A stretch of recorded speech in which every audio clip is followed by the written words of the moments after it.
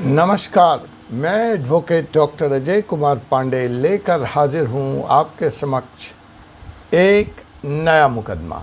जी हां, 4C supreme law partners के इस कानूनी एपिसोड में मैं एक बार बात करूंगा चट मंगनी और पट ब्याह की।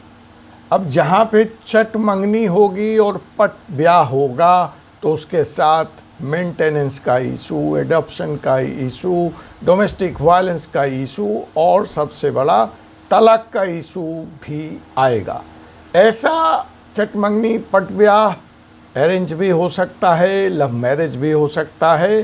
तो इन्हीं बातों पर लेकर आज यह कानूनी मुकदमा मैं आपके बीच आया हूँ।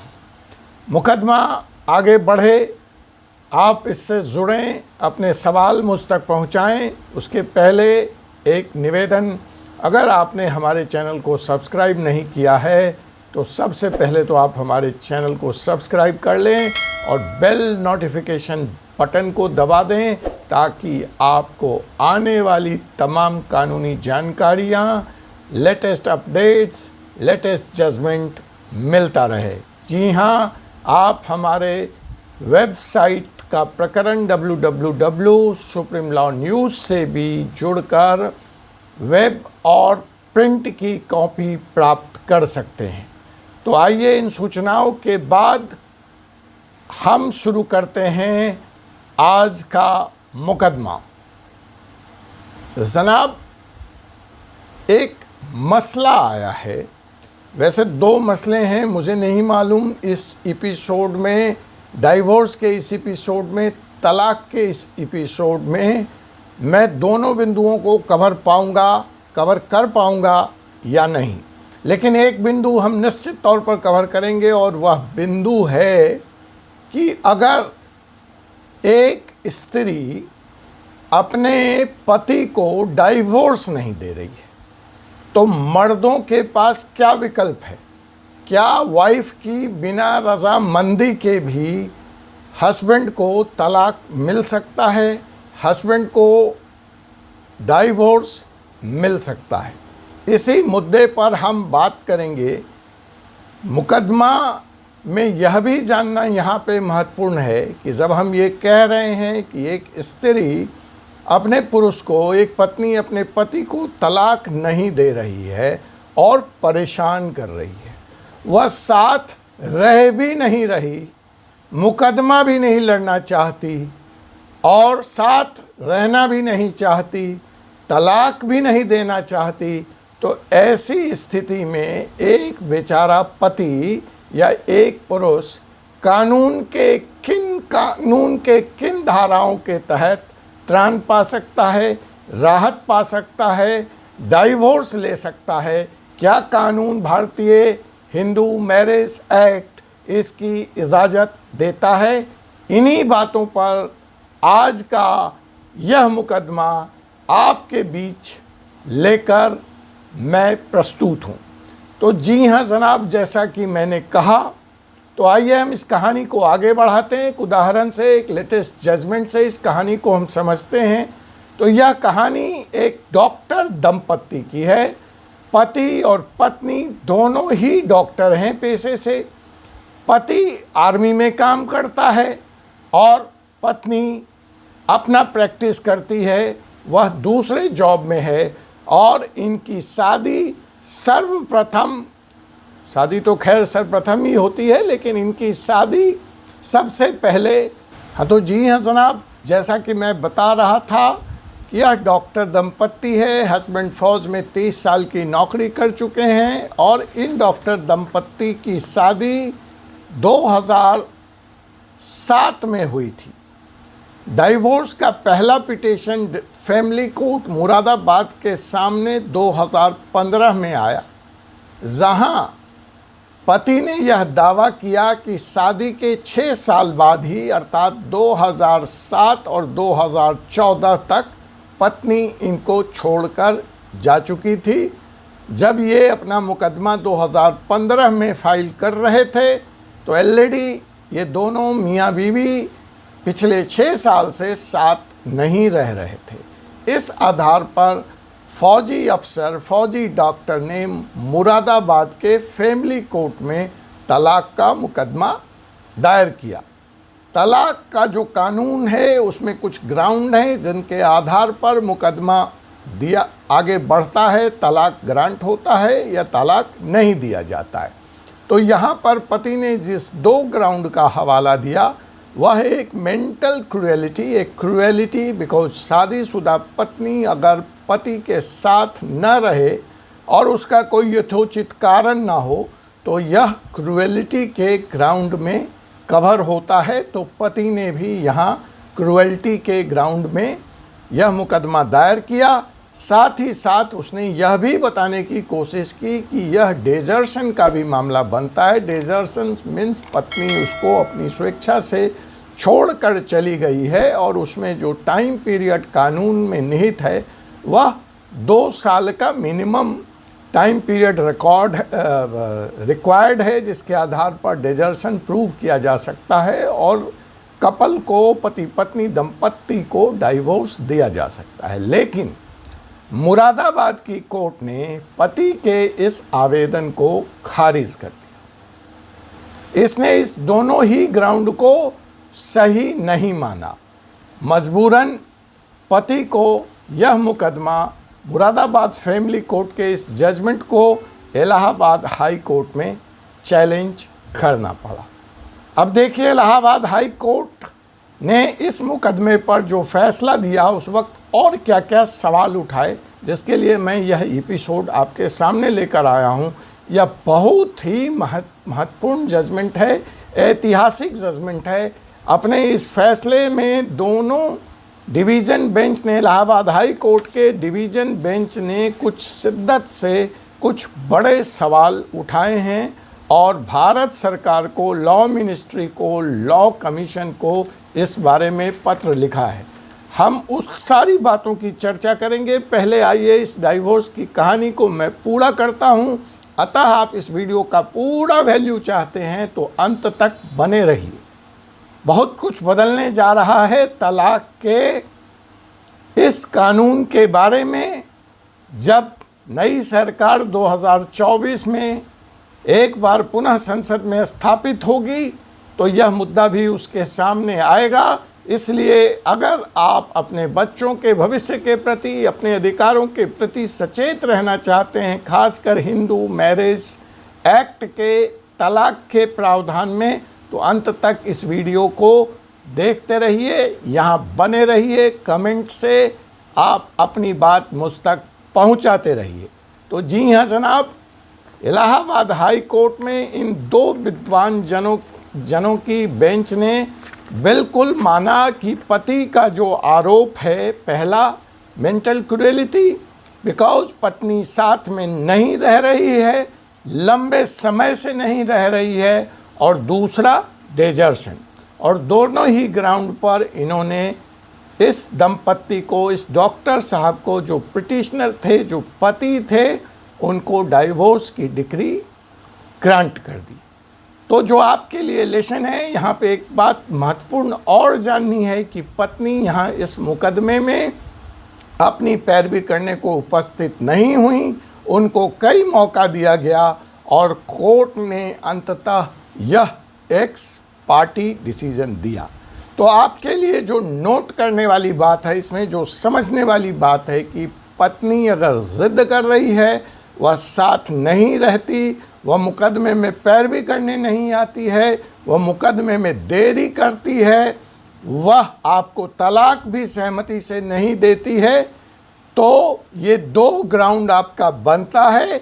एक तो एक्स पार्टी भी आपको कोर्ट इसमें राहत दे सकती है, दूसरी मेंटल क्रूएलिटी का यह मामला बनता है, और तीसरा डेजर्शन का भी क्लाउज इसमें लागू हो जाता है, क्योंकि जो सेपरेशन है वह 2 साल से ज़्यादा का है।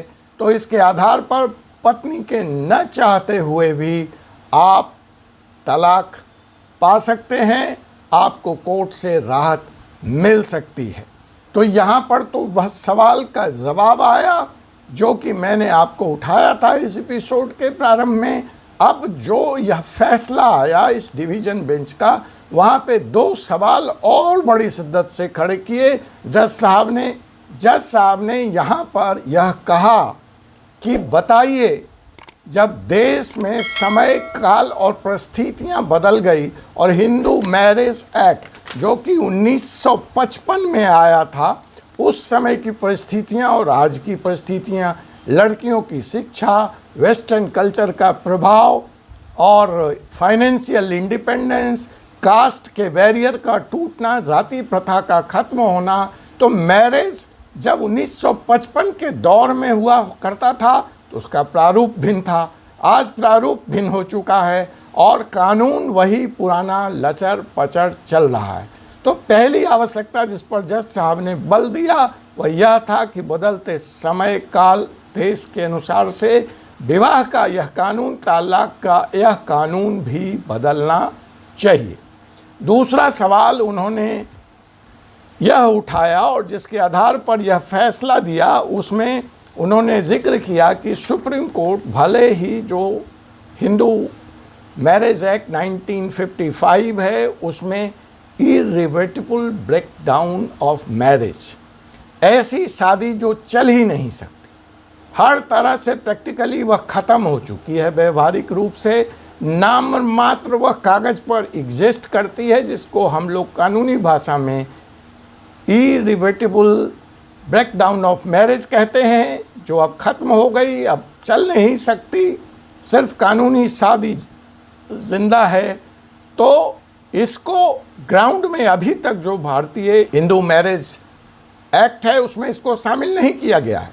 लेकिन फिर इलाहाबाद हाई कोर्ट ने आखिर इसको ग्राउंड कैसे माना और इस पर कैसे फैसला दिया, इस बात को एक्सप्लेन करते हुए डिवीज़न बेंच ने ये कहा, चूँकि 2006 में 2006 में सुप्रीम कोर्ट का एक बहुत ही अहम फैसला आया, नवीन कोहली वर्सेस नीलू कोहली, जहां सुप्रीम कोर्ट ने इस ग्राउंड को मान्यता दी है, तो उसी जजमेंट के आधार पर, उसी फैसले के आधार पर यह केस भी बिल्कुल सटीक तौर पे इरिवर्सिबल ब्रेकडाउन ऑफ मैरिज का केस है। इसलिए मुरादाबाद फैमिली कोर्ट के आदेश को रद्द किया जाता है और डॉक्टर साहब को के फेवर में डाइवोर्स की डिग्री कोर्ट ने दी। इस बात को, इस कानून को नज़ीर मानते हुए इलाहाबाद हाई कोर्ट ने यह डाइवोर्स दे दी। बात यहीं पे नहीं रुकी, बात यहीं पे नहीं ख़त्म हुई। कोर्ट इससे आगे जाता है और जाकर यह सवाल पूछता है कि 2006 से आज हम 2024 में हैं, देश काल परिस्थितियाँ बदल चुकी हैं, ऐसे संबंध सामने आ रहे हैं जहां पति पत्नी या तो साथ नहीं रह रहे या साथ नहीं रहना चाहते, और यह अवधि 10 साल से 15 साल से ऊपर हो गई। यहाँ तो यह 2007 से आज 2024 में हम पहुँच चुके हैं। 2014 से 2024 पूरा एक लंबा फासला है। तो आखिर सरकार सोई क्यों है, लॉ कमीशन सोया क्यों है? वह इस मामले में सुप्रीम कोर्ट के निर्देश के बाद इरिवर्सिबल ब्रेकडाउन ऑफ मैरिज को एक एडमिसिबल क्लाउज, एक एडमिसिबल ग्राउंड फॉर डाइवोर्स क्यों नहीं मानता है, और डाइवोर्स का जो मौजूदा ग्राउंड है उसमें तब्दीली क्यों नहीं करता है, उसमें एडिशन क्यों नहीं करता है। और इस फैसले की एक कॉपी उन्होंने supreme court, law secretary Bharat सरकार और लॉ कमीशन ऑफ इंडिया और भारत सरकार सबको भी भेजने की बात अपने जजमेंट में लिखी है और उनसे कानून में परिवर्तन की बात कही है।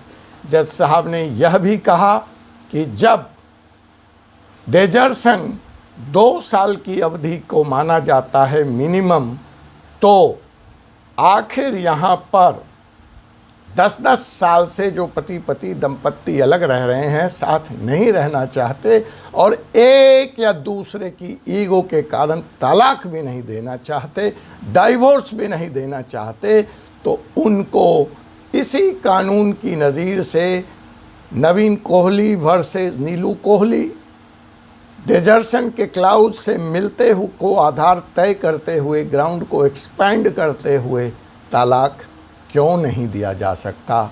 यह सवाल माननीय इलाहाबाद हाई कोर्ट के डिवीज़न बेंच ने उठाया है, जिसका जवाब संसद को, लॉ कमीशन ऑफ इंडिया को और भारत सरकार को देना पड़ेगा।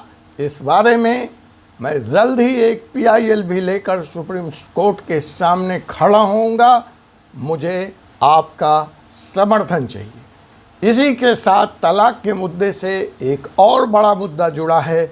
वह मुद्दा जुड़ा है कि अगर पति पत्नी आपस में सहमति से नहीं रह सकते और मुझे डाइवोर्स चाहिए और पति और पत्नी के बीच में सहमति नहीं बनती, तो भारतीय मौजूदा कानून के अनुसार मुझे झूठे आरोप एक दूसरे पे लगाने के सिवा मेरे पास कोई विकल्प नहीं है।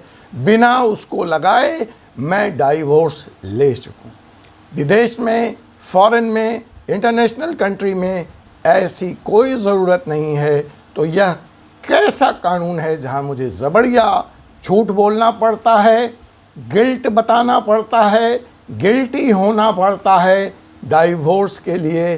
तो एक सवाल शिद्दत से उठ रहा है, क्या भारत में भी हम सिर्फ यह कह के कि हम रजामंदी से साथ नहीं रहना चाहते, हम म्यूचुअल कंसेंट डाइवोर्स भी नहीं चाहते, या हमारी बात नहीं बन रही है, बस हम साथ नहीं रहना चाहते, लेकिन हमें एक दूसरे को गाली देने की ज़रूरत नहीं, अपराधी साबित करने की ज़रूरत नहीं, झूठ बोलने की ज़रूरत नहीं, और नॉन गिल्टी के साथ डाइवोर्स क्या नहीं दिया जा सकता? इस बारे में मेंबर ऑफ पार्लियामेंट का एक प्राइवेट बिल भी संसद के सामने बरसों पहले लंबित है। देखना है संसद इस प्राइवेट मेंबर बिल पर कब चर्चा करती है। और जैसा कि IPC बदला, CRPC बदला, एविडेंस एक्ट बदला, क्या हिंदू मैरिज एक्ट 1955 भी नई सरकार बदलेगी? हम इंतज़ार करेंगे आपके साथ कानून में हो रही इन तब्दीलियों का। तब तक के लिए मुझे doctor Ajay Kumar Pandey, advocate, Supreme Court of India को इजाज़त दीजिए। आपसे पुनः कल मुलाकात होगी एक नए कानूनी विषय के साथ यहीं पर। धन्यवाद। जय हिंद, जय भारत।